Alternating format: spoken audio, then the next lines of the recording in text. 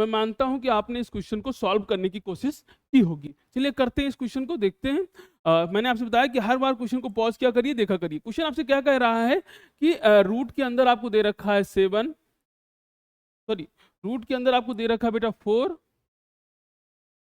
Root के अंदर आपको दे रखा है 4 प्लस 2, रूट के अंदर फिर से सेम चीज 4 प्लस 2, फिर से रूट के अंदर सेम चीज है 4 प्लस 2, और ये चीज ऐसे कंटिन्यूस होता जा रहा है और हमें इसकी वैल्यू निकालनी है, हमें इसकी वैल्यू कैलकुलेट करनी है।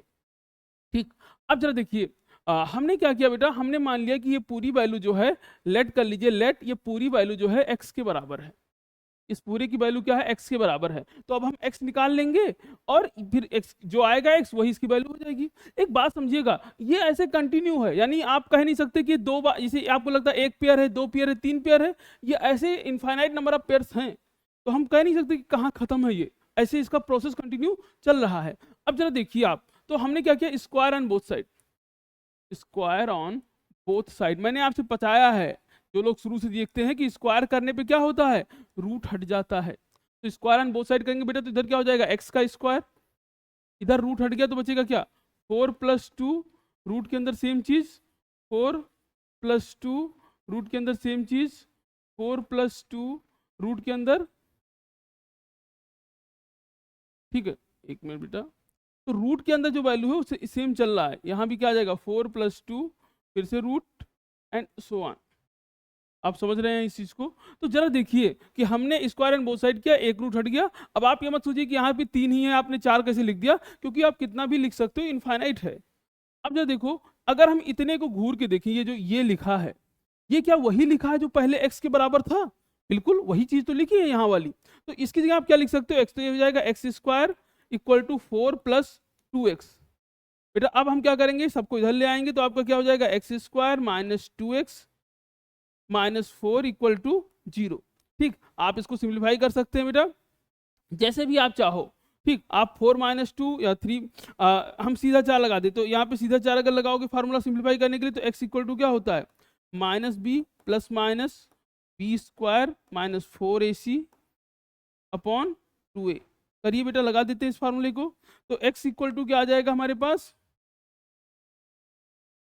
x इक्वल टू b की वैल्यू क्या है, जो x के साथ में वही b होता है, तो b आपका minus 2 plus minus under root के अंदर बी स्क्वायर यानी माइनस 2 का स्क्वायर, ठीक है 4ac माइनस का 4ac, तो 4 इंटू ए की वैल्यू कितनी है बेटा 1, और c की वैल्यू कितनी है माइनस 4,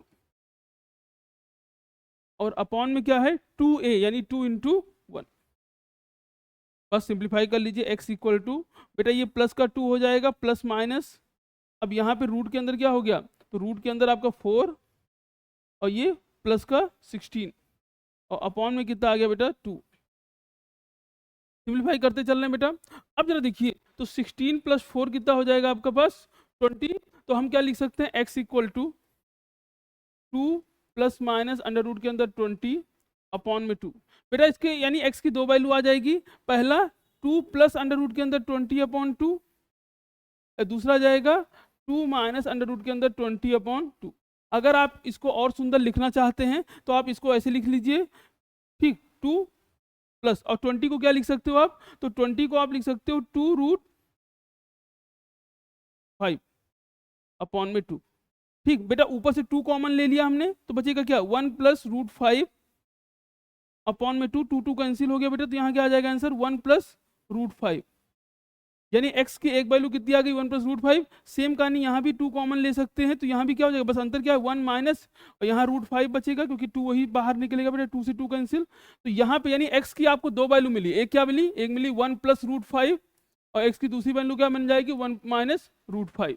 ठीक है, यानी इसकी जो दो वैल्यू एडजस्ट करेंगी 1 प्लस रूट 5 और 1 माइनस रूट 5। क्यों ऐसा हो रहा है, ये पैटर्न जो है इसी फॉर्म में चलेगा। थैंक यू बेटा, चैनल को सब्सक्राइब करिए, वीडियो को लाइक करिए, जो भी डाउट है उसको कमेंट बॉक्स में आप कमेंट कर सकते हो। Thank you so much.